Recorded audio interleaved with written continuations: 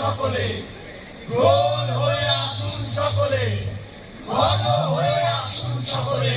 আমার মিনতি আজ স্থির হয়ে বসুন সকলে।